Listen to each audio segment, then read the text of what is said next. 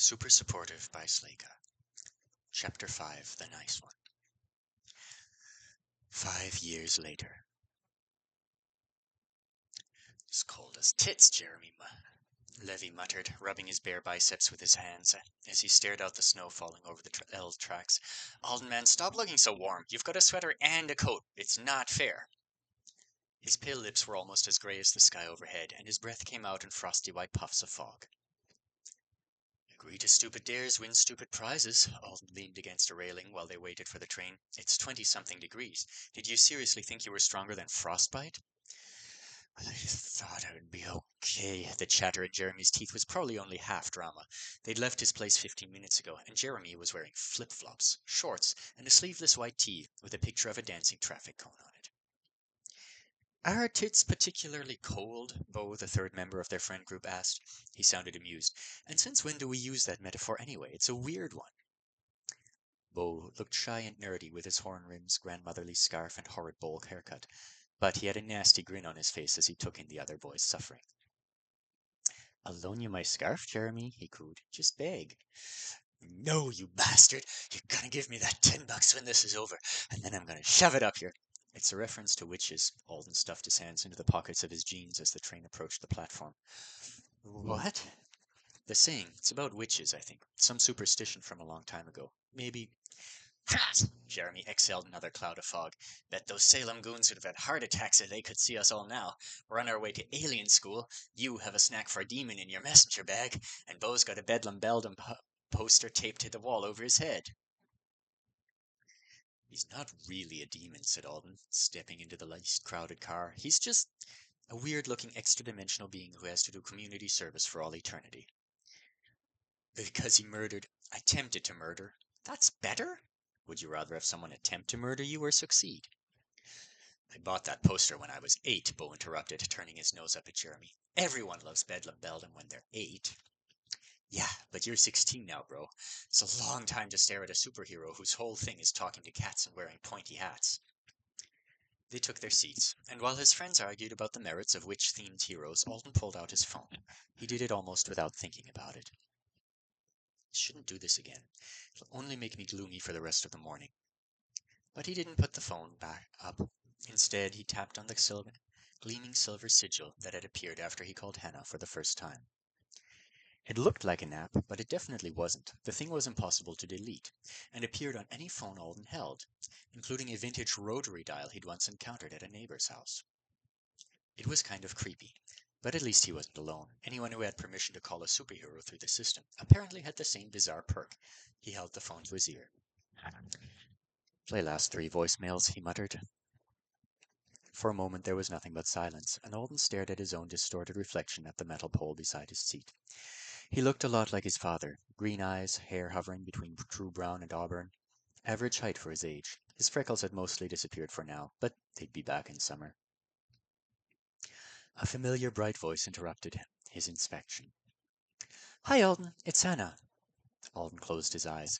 He could picture the hero's smile. She was always unyieldingly perky when she spoke to him, whether it was during their few in-person meetups or over the phone. He didn't know if it was her natural personality or something she made an effort at. Listen, I just got a summons a few minutes ago. The real deal. It's only my 4th one ever. Pretty cool, right? Anyway, I have to go, so I might need to reschedule our annual visit.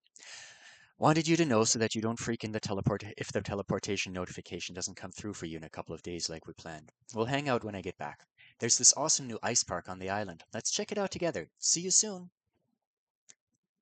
There was a trill of sound. Alden's grip tightened on the phone as the next message started to play.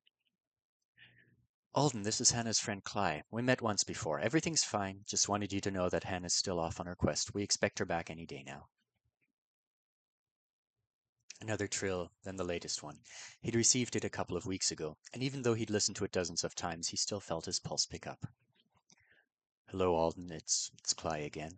I know we talked about the possibility of this when I reached out to you a couple of months ago, but if Hannah's not back soon, there's going to be a funeral, February 13th, her birthday. Like I said last time, it's extremely rare for a summons to last longer than a few weeks, and since it's been half a year, her friends, we think it would be best to finally have some closure, for her mother at least. Let me know if I can order a teleport for you, okay? I know Hannah would appreciate you being there. There was a pause. "Would you like to listen again?" the system said in the canned version of its voice. Alden shut it off. Outside the window, buildings raced past. They weren't from his old neighborhood. The apartment building was still an apartment building. The nightclub where Body Drainer had murdered so many people was still a nightclub. Everything was repaired, like new. There were no scars left, not where they could be seen anyway. The city had long since moved on to worries about new villains. Just last night there'd been footage on the news from one of the city's current heroes in residence engaged in an unusual high-speed pursuit that started in North Avenue Beach. Some villain with earth-shaping powers had apparently been constructing a lair under Lake Michigan for the past few years. They'd finally found him. Skiff, a popular hero who controlled water, had given chase.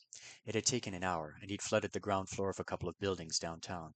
A sewer had collapsed. Only minor injuries except for the villain, who was in intensive care after being drowned.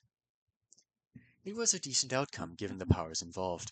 Skiff seemed like a competent guy, but his smile had been strained on television, and even though they'd spliced the footage to be flattering to him, it was clear he'd been curt in his replies to the interviewer.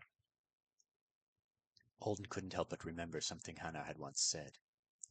On his first visit to the island when he was 11, he'd taken a notebook full of questions about, well, everything. Poor Hannah must have felt like she was being interrogated by a short, obsessed reporter. They'd talked about the night his parents had died.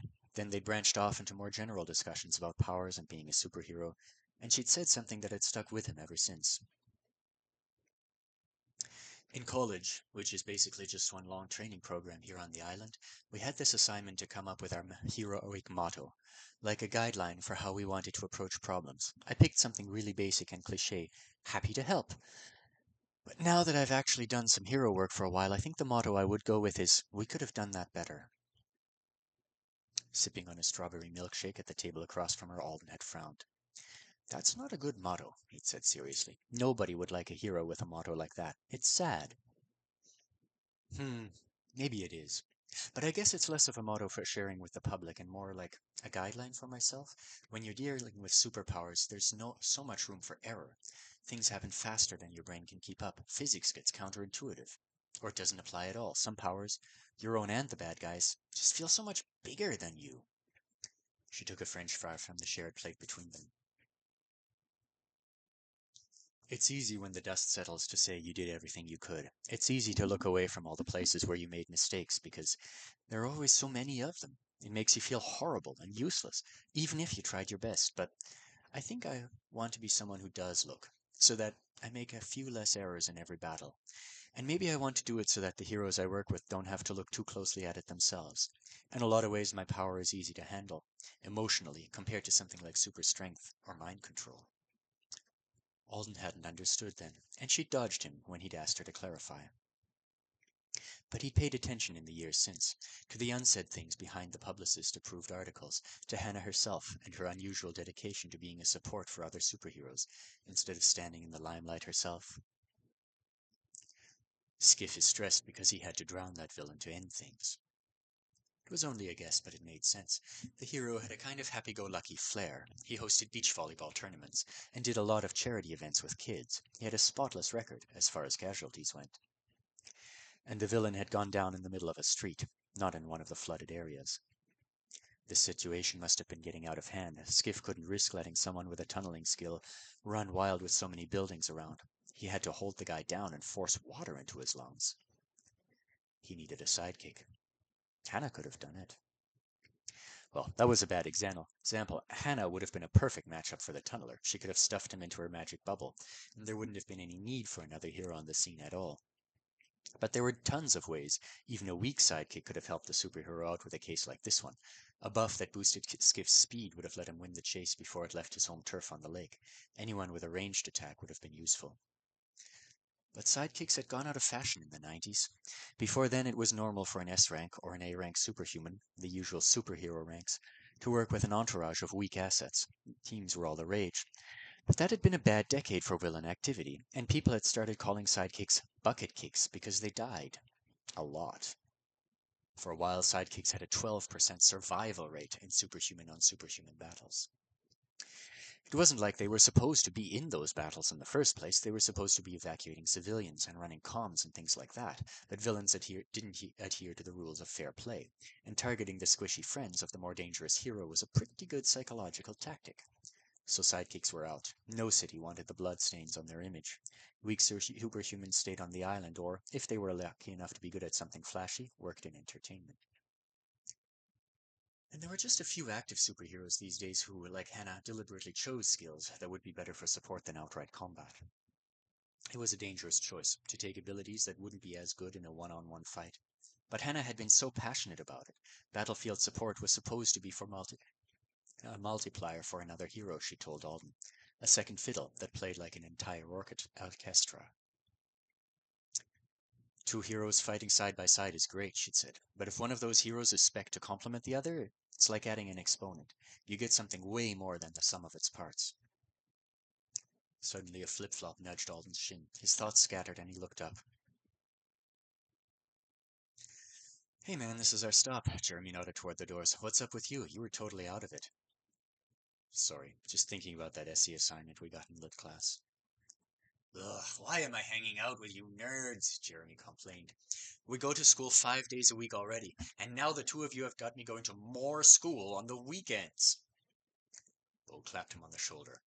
Honestly, neither one of us thought you'd actually apply to consulate classes when we suggested it. You could be doing anything right now, but you're here. I don't know whether I should be touched by your fidelity or saddened by your total lack of other friends. It's true, Alden agreed, grabbing his bag and standing. You're way needier than we realized. At this rate, you'll end up an honor student against your will. Alden looked appalled. Alden! Jeremy looked appalled. Alden, you demon-feeding jerk! How dare you? You're supposed to be the nice one. I am? Alden asked, genuinely surprised. I mean, I guess I'm not as mean as Bo. You're just not trying hard enough, Bo said sincerely as they took the stairs down to street level. Shut up, you two. I'm the funny one, Bo's the mean one, Alden's the nice one. I didn't know you had us all labeled. Can we call me scathing instead of mean? What makes me nice? Most people who knew Alden would probably describe him as reserved. He thought his social skills were adequate when he called on them, but he wasn't an extrovert. He was overly comfortable doing his own thing, and he made friends mostly by happenstance. Bo had attached himself to Alden in middle school, probably because Alden was the only member of their class he hadn't offended by the end of the first month.